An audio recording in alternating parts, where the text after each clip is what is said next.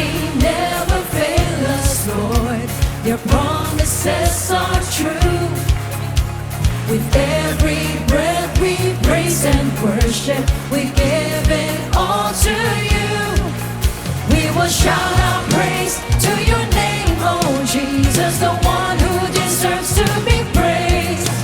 Lord, you are good and you never leave us, the one who deserves to be praised.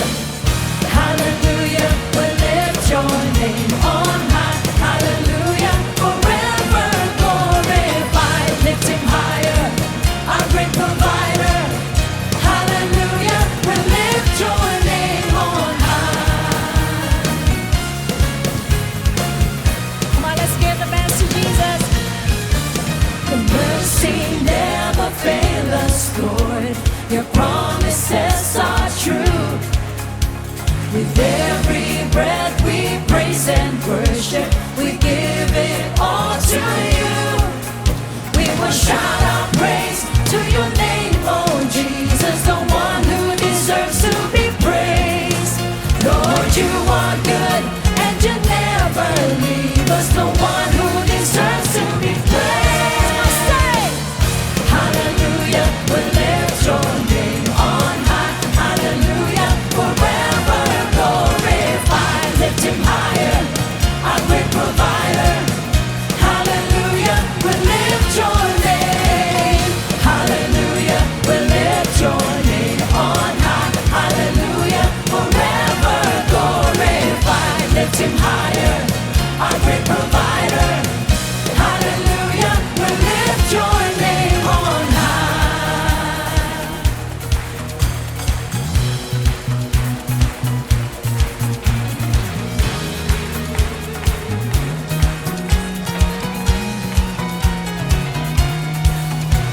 The King of Kings, the Lord of Lords, our Savior, will lift your name. Forever faithful, all powerful, the only God will lift your name on high. King of Kings, the Lord of Lords, our Savior, will lift your name. Forever faithful, all powerful, the only God will lift your name on high. Hallelujah, we lift your name on high. Hallelujah, forever glorified. Lift him higher, our great provider. Hallelujah, we lift your name. Hallelujah, we lift your name on high. Hallelujah, forever glorified. Lift him higher, our great provider. Hallelujah, we lift your name on high. Hallelujah, we lift your name on high. Hallelujah, forever glorified. Lift him higher, our great provider. Hallelujah, we lift your name. Hallelujah, we lift your name on high. Hallelujah, forever glorified. Lift him higher, our great provider. Hallelujah, we lift your name on high.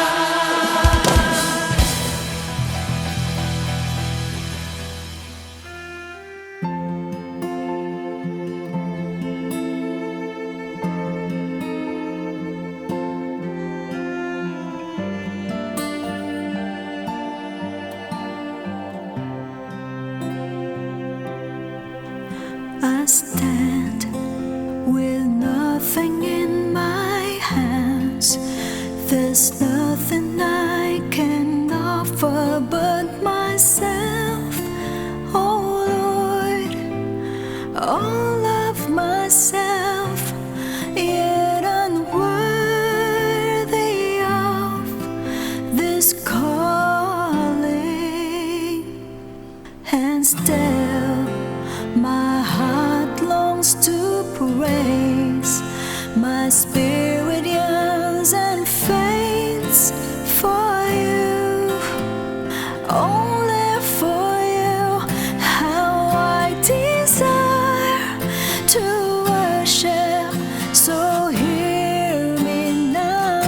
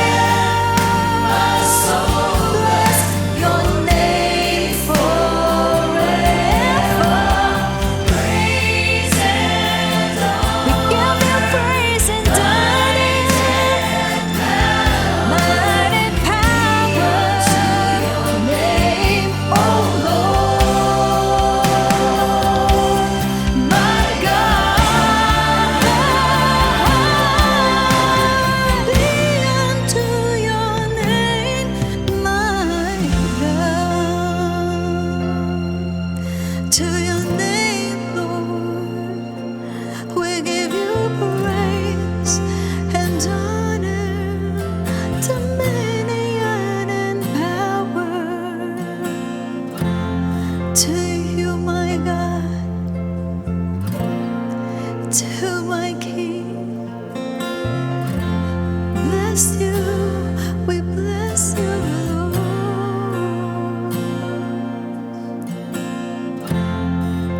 Hallelujah,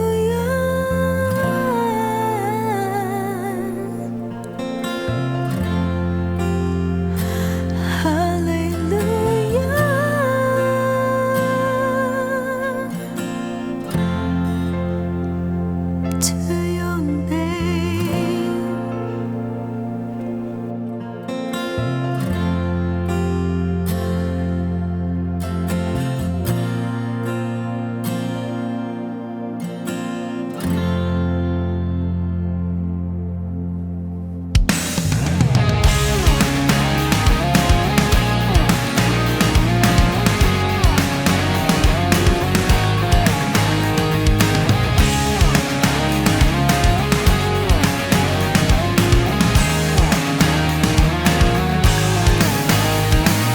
Dati kong buhay, problemang walang humpay.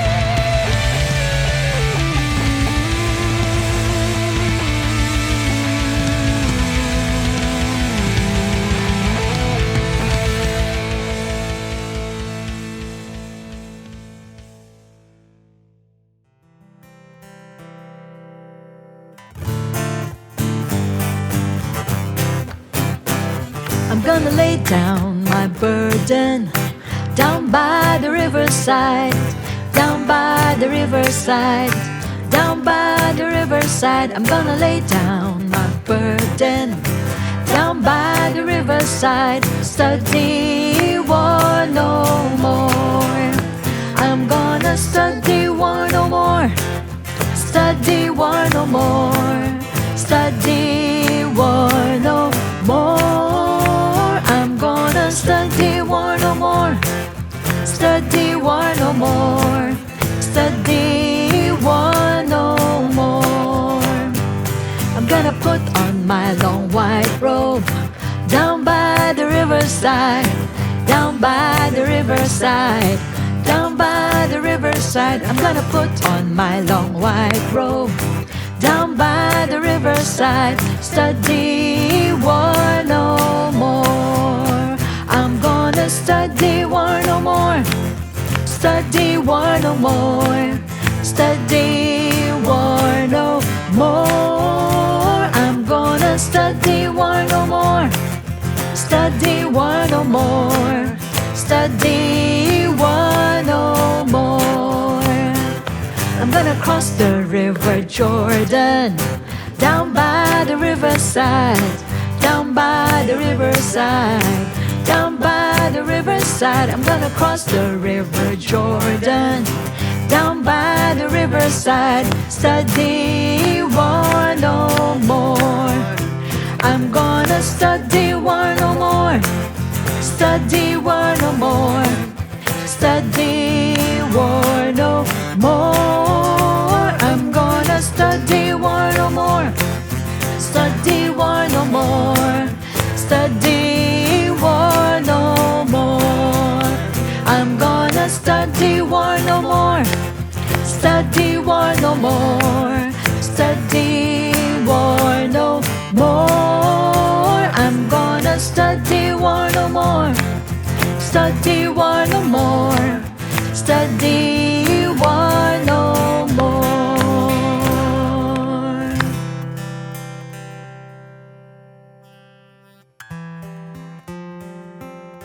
Praise the Lord! Magandang gabi po sa ating po lahat. It is with great privilege that I welcome you on tonight's online GBS.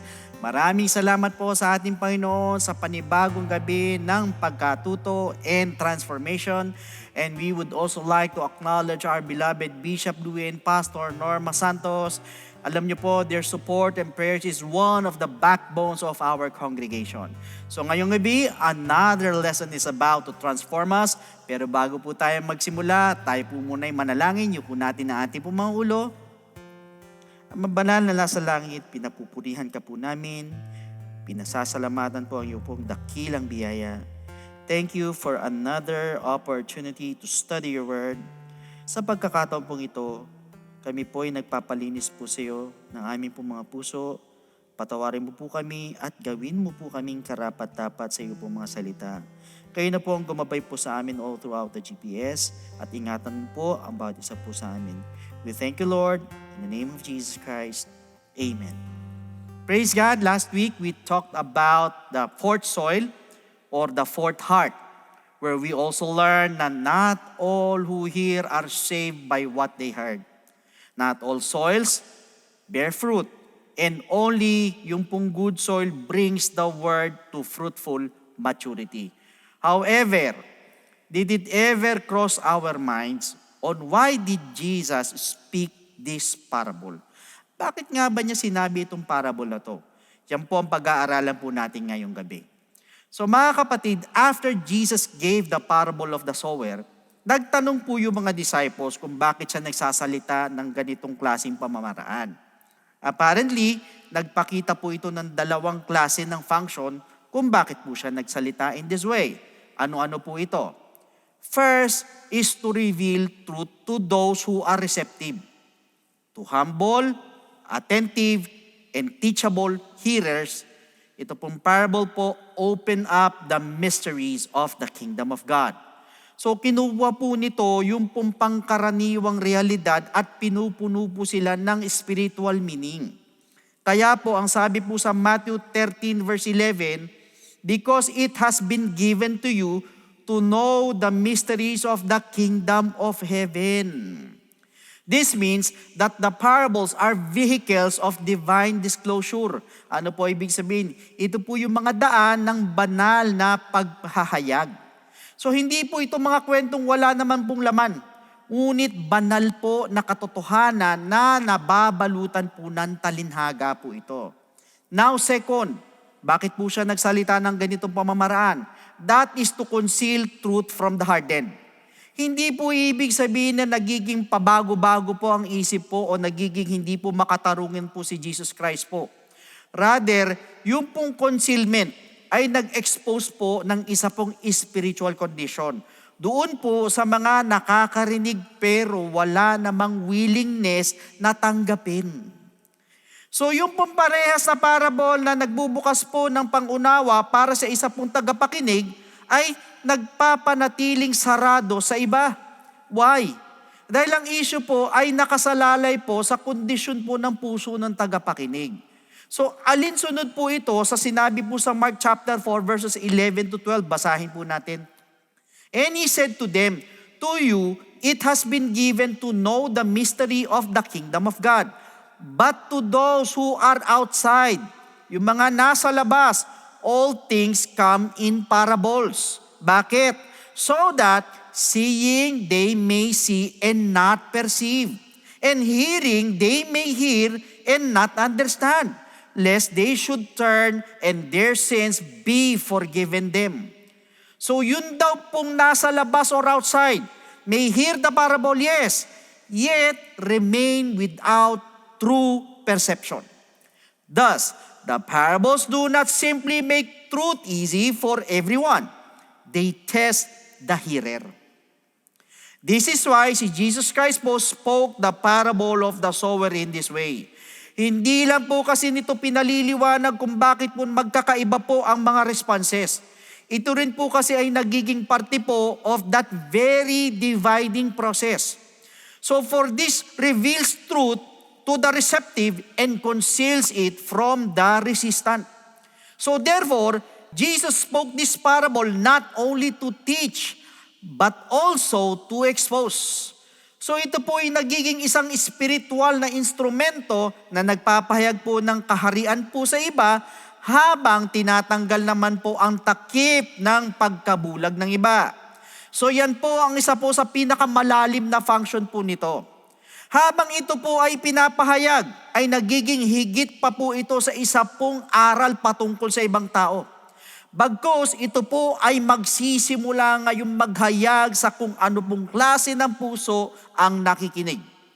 In that sense, hindi lang po pala isang mensahe yung parable. It is a mirror. Kaya po sa Hebrews chapter 4 verse 12, for the word of God is living and powerful, and is a discerner of the thoughts and intents of the heart. So the parable of the sower works in exactly this way. Paano? It searches, uncovers, and distinguishes.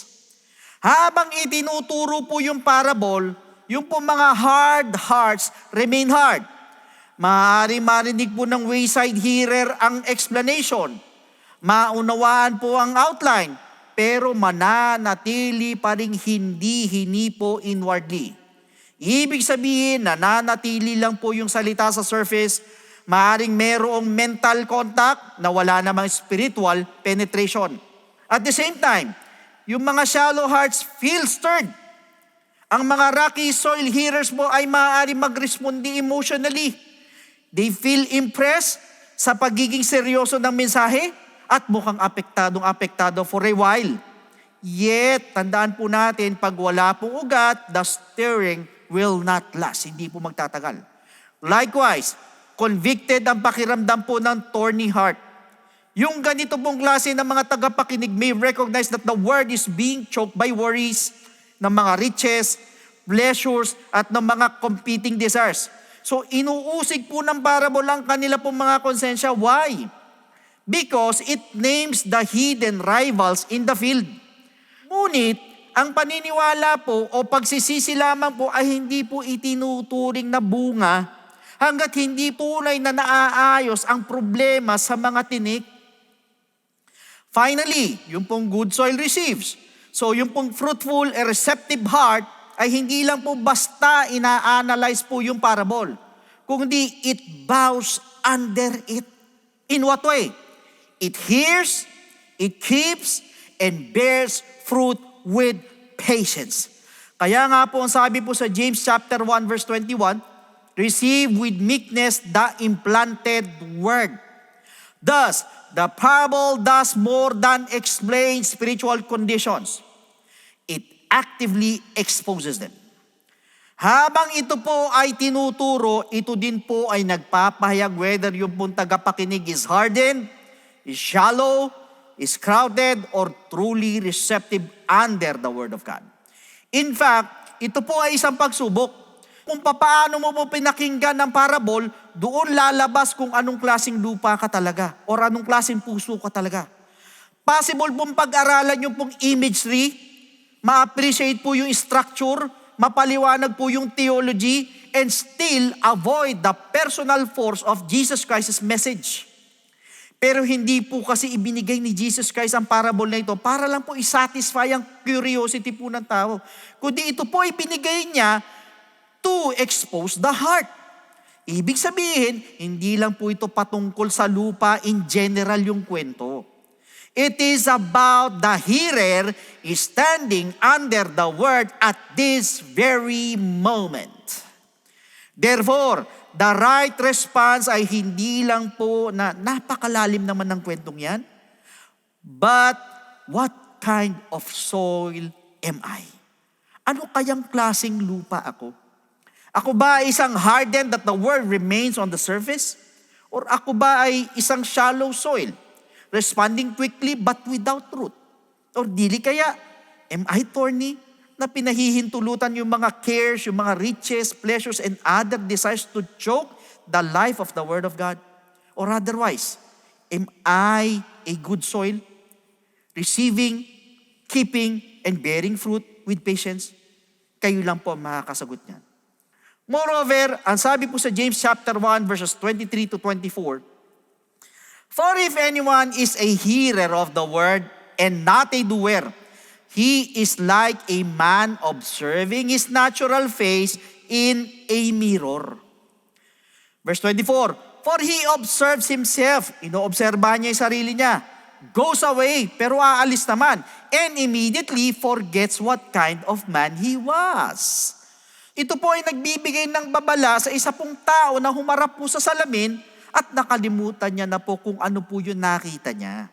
So nagpapahayag po ito ng pagsuri po sa panloob po na kondisyon ng puso. And it demands response. Kaya nga po sa Hebrews chapter 4 verse 12, ang sabi po rito, for the word of God is a discerner of the thoughts and intents of the heart. So ito po exactly ang ginawa po nung parable. Now, why is this? Kasi po, hindi po sapat na ipaliwanag lang po ito na maayos. Kundi kailangan po itong pahintulutan na bumaon. Alisin po yung takip at magtuwid. That means, do not stop at interpretation alone. Wag po tayong hihinto po dyan, hindi po dyan natatapos. Kundi hayaan po natin suriin ng parable ang ating puso. Ilantad nito kung nasaan na po tayo at itulak po tayo na lumapit mo sa Diyos. Para hingin po ang isa pong puso na totoong tumatanggap at nagbubunga para po sa Kanya.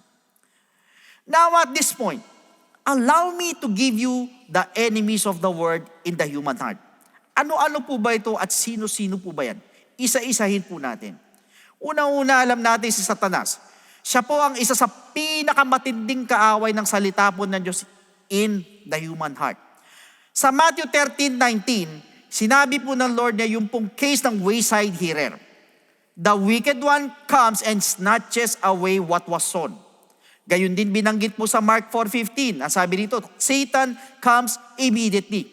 So this means, hearing is not spiritually neutral. Hindi pwedeng walang nangyayari sa spiritual kapag tayo po ay nakikinig. Lagi natin pakatatandaan mga kapatid, whenever the word is preached, ay kumikilos din po ang kaaway laban sa pangunawa, laban sa pananampalataya, at higit sa lahat, laban sa kaligtasan. Yan po ang gagawin po niya. Kaya nga ang sabi po sa 2 Corinthians chapter 4 verse 4, the God of this age has blinded the minds of unbelievers. Thus, Satan opposes the seed. Why? Because he opposes the life that the seed would produce. Kokontrahin at kokontrahin po niya yan. Kaya nga po, dinidistort niya po kung minsan yung mga pangunawa po natin. Magugulat ka, minsan nakikinig ka, bigla ka nga antukin. Ganyan po ang gagawin ni Satanas. Now second, pressure. Nagturo po ang Lord na lumilitaw po ang tribulation at persecution dahil sa salita. At nagdulot po ito to expose yung pong shallowness ng rocky soil hearers. Mga kapatid, tandaan po natin, hindi po lumikha ng problema yung init. Kung hindi pinahayag lang po nito, yung pong kawalan po ng pag-ugat. Kaya nga po, ang sabi po sa Matthew 13 verse 21, yet he has no root in himself, but endures only for a while. For when tribulation or persecution arises, nung dumating yung tribulation at persecution, because of the word, immediately he stumbles. So malinaw po na sinabi ng talatang ito na yung pong ganitong klase ng tagapakinig stumbles when pressure comes. However, ang sabi po ng James chapter 1 verse 3, knowing that the testing of your faith produces patience. Ang testing daw po ay nagpro-produce ng patience, kung saan ang tunay na pananampalataya ay nag-e-exist. Pero kung saan walang lalim, pressure uncovers ruthlessness. Thus, suffering becomes an enemy of fruitfulness when the heart has not been deeply established in the Word. Now, third na kaaway, yung pong tinatawag na worldliness. Pinangalanan po ni Jesus Christ yung pong mga cares of this world, yung deceitfulness of riches, ng pleasures of life, and yung pong desires for other things bilang mga tinik po that choke the word. Kaya po sinabi po sa Matthew 13:22, so ibig sabihin ito po yung pong mga rival power sa loob ng puso. Pero ang sabi po sa 1 John chapter 2 verse 15, do not love the world or the things in the world. Wag daw po natin mahalin ang mundo or yung mga bagay na nasa loob ng mundo or nasa mundo. Tandaan po natin na hindi po binubunot ng kamunduhan ng salita. No. Kung hindi sinasakal niya po ito dahan-dahan, unti-unti. Thus, Satan steals the word, pressure exposes weakness, and worldliness chokes the life of the word before it bears mature fruit. At kung ito po ang mga kaaway noon ng salita ng Diyos sa puso ng tao, until now, yan pa rin po ang kaaway. Kaya marami pong tao lose the word in one of these three stages. Ano-ano po itong mga stages na ito? First, some lose it before it enters. Nawawala nila ito bago pa makapasok. So ito po yung wayside. The seed lands, pero kailanman ay hindi po nag-penetrate. The word is heard outwardly, yet ang puso ay nanatiling matigas. And Satan quickly snatches it away. So meron pong contact sa katotohanan, pero wala namang inward reception. Kaya nga sabi ng Hebrews chapter 4 verse 2, for indeed the gospel was preached to us as well as to them. But the word which they heard did not profit them, not being mixed with faith in those who heard it. Yun daw pong narinig na salita did not profit some. Why? Because it was not being mixed with faith. Now second, some lose the word after quick enthusiasm. So ito naman po yung rocky soil. The hearer responds with joy. Yes, nandoon. Ang emosyon nandoon. Andun ang visible excitement. But there is no deep root. At nung dumating po yung pong tribulation at persecution or testing, dahil po sa salita, the shallow response collapses. Mukhang promising po nung nagsimula, pero yung pong buhay ng salita was never established beneath the surface. So it is the same with what is said sa Luke 8:13. Basahin po natin. And these have no root, who believe for a while, naniwala ng panandalian, and in time of temptation, nung dumating yung temptation, fall away. Now, pangatlo, some lose the word during long distraction. Ito naman po yung thorny soil condition. The word enters and even grows for a time, but over the long course of life, it is slowly choked by worries ng mga riches, pleasures, and competing desires. Ibig sabihin, ang trahedya po ay yung pong gradual unfruitfulness kaysa po sa sudden collapse. Kaya po ang sabi po sa Luke chapter 8 verse 14, now the ones that fell among the thorns are those who, when they have heard, nung nakarinig sila, go out and are choked with cares, riches, and pleasures of life and bring no fruit to maturity. Ang mga pusong nabibigo po sa mga stages na ito, mga kapatid, ay hindi po nagdadala po ng bunga to maturity. Pero, yun lang pong mga tunay na tagapakinig keeps it through all three dangers. That means, yung pong good soil receives the word before Satan steals it, endures when pressure tests it, and resists the choking power of worldly destructions. So tinatanggap po na mabuting lupa po ang salita po bago pa man po ito nakawin ni Satanas. Nananatili po sa kabila po ng mga pagsubok, sa kabila ng panggigipit, at tinatanggihan po ang sumasakal na kapangyarihan ng mga makamundong balakid. Kaya po ang sabi po sa Luke 8:15, but the ones that fell on the good ground are those who, having heard the word with a noble and good heart, keep it and bear fruit with patience. Yun daw pong ganitong klase na tagapakinig, keep it and bear fruit with patience. In other words, some lose the word at the doorway, some in the heat, some in the crowding, but the true hearer keeps it through every danger until fruit appears. Ang ilan po ay nawawala ng salita sa pintuan pa lang, wala na. Ang ilan ay sa gitna ng matinding init, wala na. Ang ilan naman po ay sa gitna ng siksikan. Ngunit yung pong tunay na nakikinig ay iniingatan po ito sa kabila ng bawat panganib hanggang sa mamunga. That is why we need self-examination. And that self-examination has a wrong and right question. Ano-ano po ito? First, yung pong wrong question. Which soil is my neighbor? Ano pong ibig sabihin po?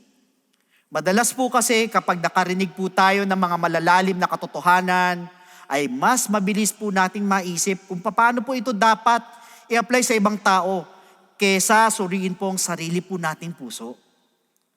Maaari po natin biglang maisip ang iba, yung hardened man, yung shallow believer, yung worldly churchgoer, or yung fruitful saint sa paligid po natin.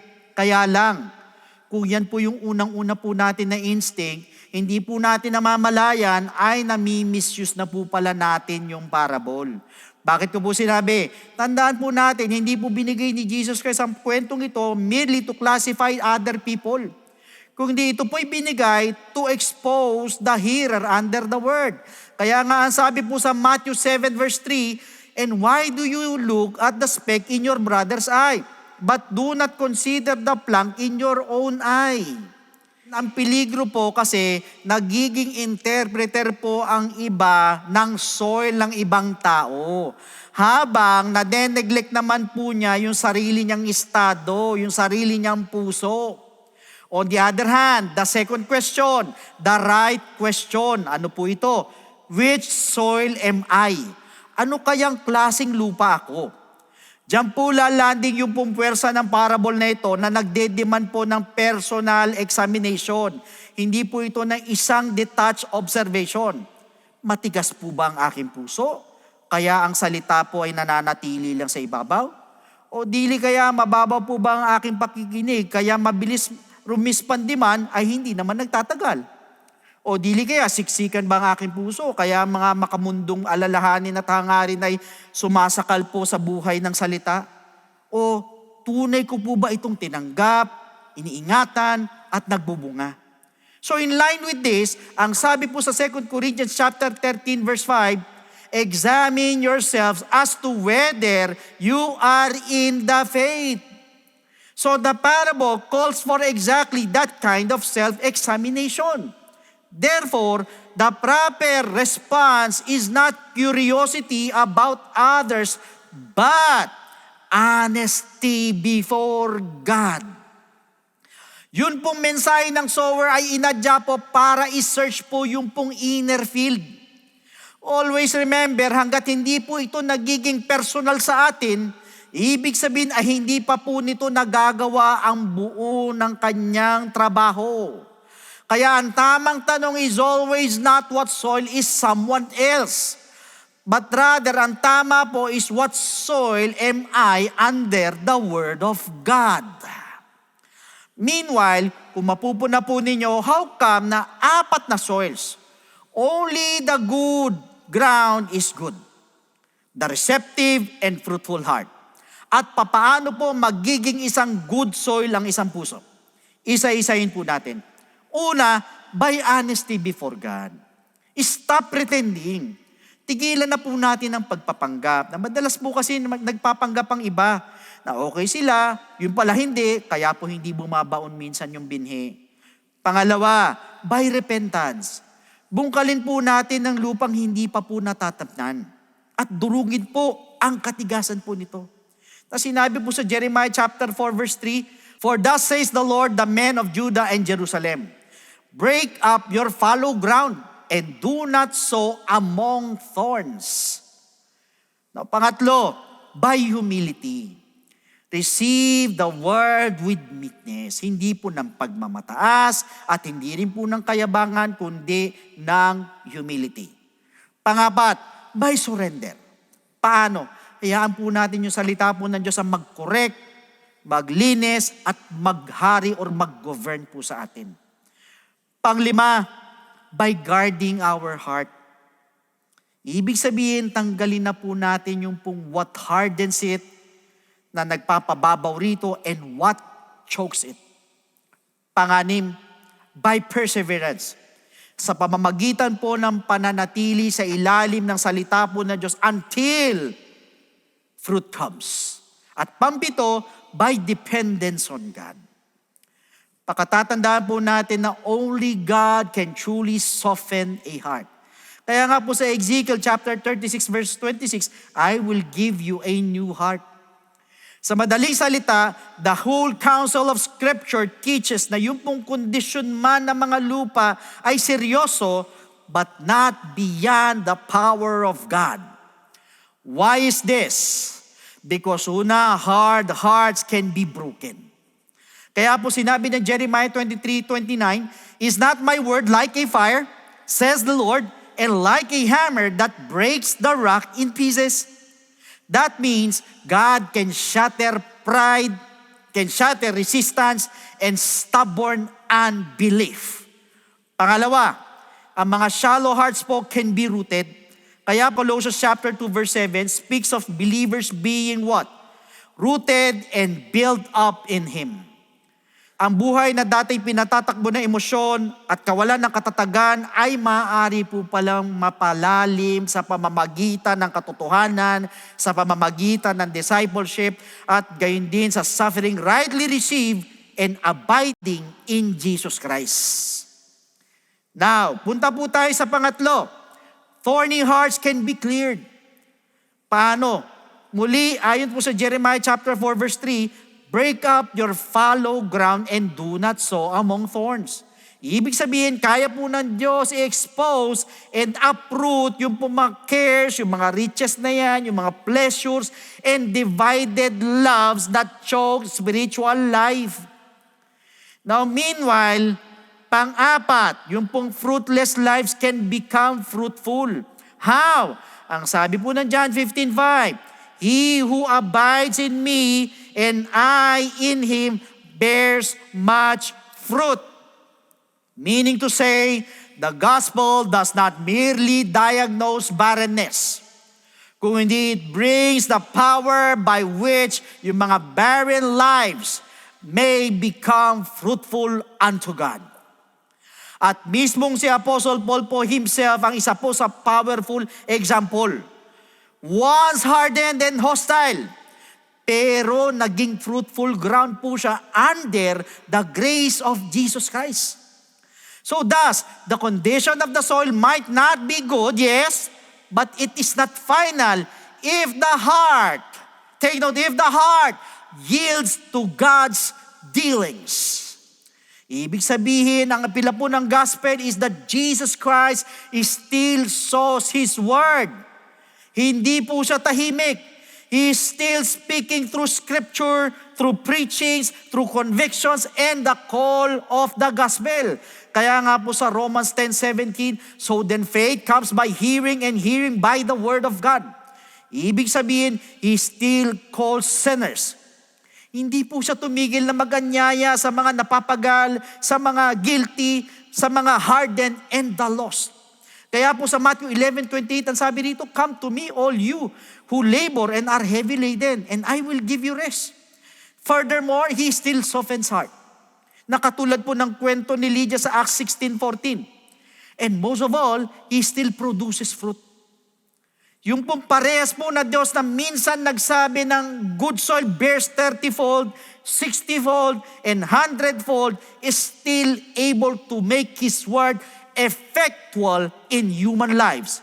Kaya po sinabi po sa 1 Peter chapter 1 verse 23, having been born again through the word of God which lives and abides forever. So therefore, the gospel invitation is not make yourself fertile before coming to Jesus Christ, kundi come to Jesus Christ, the living sower who alone can make the heart fruitful. Sa katunayan, ang pinakamaganda po sa gospel is that Jesus Christ is able to change the soil. He can break what is hard, deepen what is shallow, clear what is crowded, and produce fruit where there has long been barrenness. Kaya nga sinabi sa Isaiah 55 verses 10 to 11 na ang salita po ng Diyos ay parang ulan daw po yan that makes the earth bring forth and bud. Therefore, wala pong tagapakinig na makapagsasabing my condition is too far gone. It is beyond repair. Wala po. Kung hindi, ang tamang response is, Lord, work on my heart. Kung mapupuna po ninyo, hindi po natapos yung parable in despair para sa mga broken, but rather in hope for the yielded. Mga kapatid, tandaan po natin, the sower still sows, the word is still living, and the grace of Jesus Christ is still able to turn barren ground into a fruitful field for the glory of God.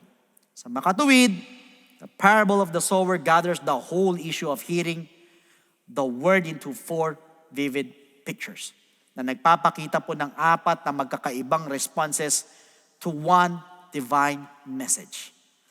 Ang tagahasik o ang sower po ay tapat, ang binhi po ay mabuti, ngunit magkakaiba po ang bunga dahil nagkakaiba po ang kalagayan ng puso. Thus, the whole parable is a searching revelation of what happens when the Word of God falls upon different inward conditions. Meaning, ang buong kwento po ay isa pong malalim na pagsusuri kung ano po ba talaga ang nangyayari kapag dumating po ang salita ng Diyos sa iba't ibang uri ng puso natin. Sa makatuwid, ang final declaration po ng parable ay hindi na ang lahat ng pakikinig ay patas, kung hindi ang totoong pakikinig proves itself over time. Yung pong salita, hindi lang po basta dumaan sa buhay ng tunay na tagapakinig, but rather it remains, it shapes, it roots, it purifies, and most of all, it produces. Kumbaga, naging public evidence po ang bunga ng isang inward reception na siyang totoo. Thus, the question is not only whether you heard the truth, but whether the truth stay with you long enough to change you. So the real proof of hearing is not the memory alone, nor moment alone, but transformed life under the Word of God. Kaya ngayong gabi po, hindi po nagtatanong ang Diyos po sa atin kung ikaw ba'y nakarinig ng mga preachings before. Sa halip, ang tanong niya po ay, anong klaseng lupa po ang iyong puso? Perhaps ito'y ninakaw ng kaaway sa iyo, what God tried to plant. O dili kaya rumirismundi ka na mabilis, pero hindi naman pala nagugat. Or perhaps crowded ang puso mo ng mga worries, ng business, ng trabaho, ng pagiging abala, even yung mga desires and hidden thorns. Pero alam niyo po, ang habag po ng Diyos is that the sower is still sowing. Yung pong salita is still being preached. The Spirit of God is still able to soften, deepen, cleanse, and make fruitful. Kaya sa pagkakataon pong ito, why don't we ask God para sa isa pong puso? Humingi tayo. Isang puso that hears, that keeps, that endures. Higit sa lahat, that bears fruit for His glory. Kaya yuko po natin po maulo, tayo po muling dumulog sa ating Panginoon. Panginoon, kami po nagpapasalamat sa iyo sa mga salita mo na muling bumasag at sumuri po ng aming mga puso ngayong gabi. Patawarin mo po kami kung madalas ay nagiging matigas, nagiging mababaw, o masyado pong abala ang aming mga puso sa mga alalahanin ng mundong ito. Kaya hinahayaan po namin manatili lang po sa ibabaw o hindi po mamunga yung salita. Lord, kami po'y lumalapit sa iyo. Bungkalin mo po ang uhaw na lupa ng aming puso. Palumbutin mo po ang aming mga katigasan. Palalimin mo po ang aming ugat sa iyo. Linisin mo po kami sa mga makmundong hangaring at gawin mo po kami mabungang Kristiyano. Kaya we ask you for a heart that hears, a heart that keeps, a heart that endures, and most of all, a heart that bears fruit for your glory. Bigyan mo po kami ng puso na hindi lang po basta nakikinig, kung hindi nag-iingat ng iyong po mga salita sa kabila ng mga pagsubok. Bigyan mo kami ng pusong nagtitiis sa gitna ng paggigipit at pusong patuloy na namumunga para sa iyo pong kalulhatian. Muli, maraming salamat po sa mga salita mo. We give you all the glory, all the honor, the thanksgiving and praises in Jesus' name. Amen. Praise the Lord. Maraming salamat po sa napakagandang mensahe na napakinggan po natin. We are so blessed to have the sower still sowing the seed to us. Alam niyo po mga kapatid, lagi po natin itong isa sa puso tuwing tayo po'y nakakapakinig po ng salita ng ating Panginoon. Kaya nga po sa mga first time viewers po natin ngayong gabi, ngayon po nalaman po natin yung mga dahilan kung bakit po hindi tumatagal or hindi po namumunga ang salita po ng Diyos. Ngunit higit pa rito ay binibigyan pa po tayo ng pag-asa ng Panginoon by showing us how we can still make our soil healthy and ready for the Word of God. Ngunit para lubusan pong makakilos po ang Diyos po sa inyong mga buhay, higit sa lahat sa inyong po mga puso, at masimulan po ang papalambot po nito, we need first to accept Jesus Christ as your Lord and personal Savior and believe in His gospel for you to be saved. Now, pag sinabi po natin salvation, ang sabi po sa Ephesians chapter 2 verse 8, for by grace you have been saved through faith. Malinaw po na sinabi ng talata, we are saved by grace through faith. Kaya alam po ang tanong, saan tayo mananampalataya at maniniwala? That is the question. It is found in 1 Corinthians chapter 15 verses 1 to 4. Moreover, brethren, I declare to you the gospel which I preach to you, which also you received and in which you stand, by which also you are saved, if you hold fast that word which I preached to you, unless you believed in vain. For I delivered to you first of all that which I also received, that Christ died for our sins according to the Scriptures, and that He was buried, and that He rose again the third day according to the Scriptures. Sa madalit sabi, we need to believe in the gospel of Jesus Christ.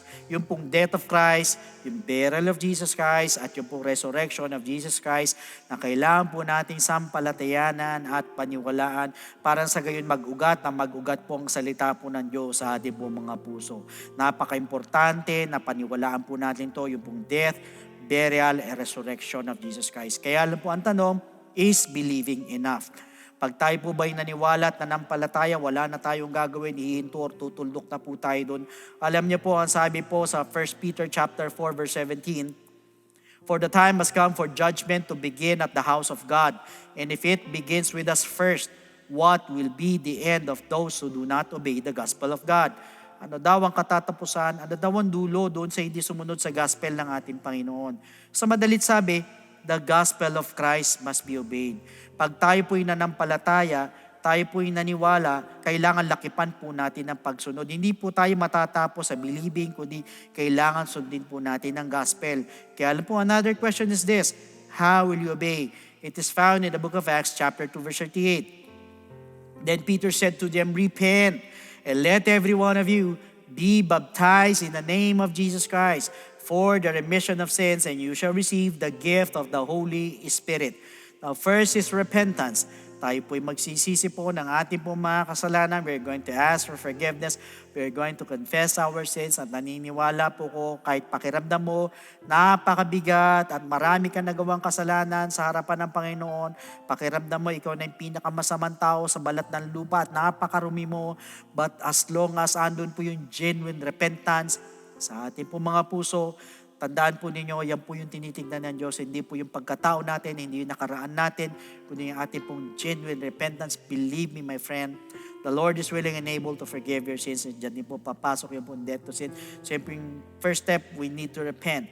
Second, we need to be baptized in the name of Jesus Christ for the remission of sins. So kung una, siya po ay namatay, tayo naman po ipapatayin po natin ang ating po mga kasalanan through repentance. Pangalawa, siya po inilibing, tayo naman ililibing natin ang ating po mga kasalanan through water baptism. At ang sabi po sa Romans chapter 6 verse 4, therefore we were buried with Him through baptism into death, that just as Christ was raised from the dead by the glory of the Father, even so we also should walk in newness of life. Sa madalit sabi, we need to be baptized in the name of Jesus Christ. Why? Because that water is the type of the blood of the Lamb that takes away the sins of the world. Hindi po ito paghuhugas ng dumi ng katawan, kundi ito po'y pagalis po ng ating po mga kasalanan. So yun po yung pangalawang step. We need to be baptized in the name of Jesus Christ for the remission of sins. Now, the third step is we need to receive the gift of the Holy Spirit. Siya naman po'y nabuhay na magmuli after 3 days. Diyan naman po papasok ang ating transformation, ating pong regeneration. Sa madalit sabi, tayo mababago na po. Matatagpuan po sa Romans 8:11, ganyan din po sa Titus chapter 3 verse 5. In fact, once we receive the gift of the Holy Spirit, we're also receiving power. Power saan? Aminin nyo man hindi, lahat tayo, mga first-time viewers, may mga kahinaan. Kung minsan, pinipilit natin magbago, 1-2 buwan, sa mga susunod na panahon, bumabalik tayo sa dati. Perhaps yung mga bad habits, bad attitudes, or vices po, pabalik-balik, ayaw po magbago ng lubusan. Bakit po? Sarili lang po natin. But once you receive the gift of the Holy Spirit, yan po yung sinasabi nating power. Power saan? Power to overcome all our weaknesses, at yan din po yung magpapaalala po sa atin para makasunod po sa kalooban po ng ating Panginoon. So take note, ito pong tatlong bagay na ito ay kailangan maganap po sa ating pong mga buhay. First, we need to repent. Second, we need to be baptized in the name of Jesus Christ for the remission of sins. And thirdly, we need to receive the gift of the Holy Spirit, and that is what we call the good news, and that is the gospel of Jesus Christ. So at this moment, sa lahat po ng mga first-time viewers, pwede po pa na itaas po natin ating dalawang kamay bilang tanda ng pagsuko sa ating Panginoon. Yuko natin ang ating po mga ulot, pikit po natin ang ating po mga mata, and please repeat after me with this prayer na habang binabanggit po ninyo ang panalangin nito, nandun po yung ating taos-puso na tayo humingi ng tawad sa ating Panginoon sa lahat po ng ating mga kasalanan. So please repeat after me.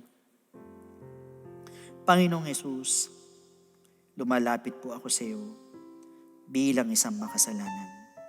Patawarin mo po ako sa lahat ng aking mga pagkakamali at pagkukulang. Sa oras na ito, tinatanggap po kita bilang sariling tagapagligtas. At tinatanggap po kita bilang Diyos ng aking buhay. Naniniwala po ako na ikaw ay namatay, ikaw ay nilibing, at sa ikatlong araw ay nabuhay na magmuli. Tulungan mo po ako makapagsimula ng bagong buhay, at idagdag mo po ako sa iyong kaharian. Maraming salamat po sa pangalan ni Jesus. Amen. Praise the Lord. Yan po yung first step. Para sa pangalawang step, andyan po yung mga telephone numbers po natin. Pwede po kayong tumawag dyan para makapagpa-schedule po tayo ng water baptism, or otherwise, andyan po ang ating pong FB page. Iwan lang kayo na mensahe para masagot po namin to give you further instructions. So brothers and sisters, truly the parable of the sower is a very insightful parable. Hoping na marami po tayo natutunan sa 6 na gabi po ng pag-aaral po nito.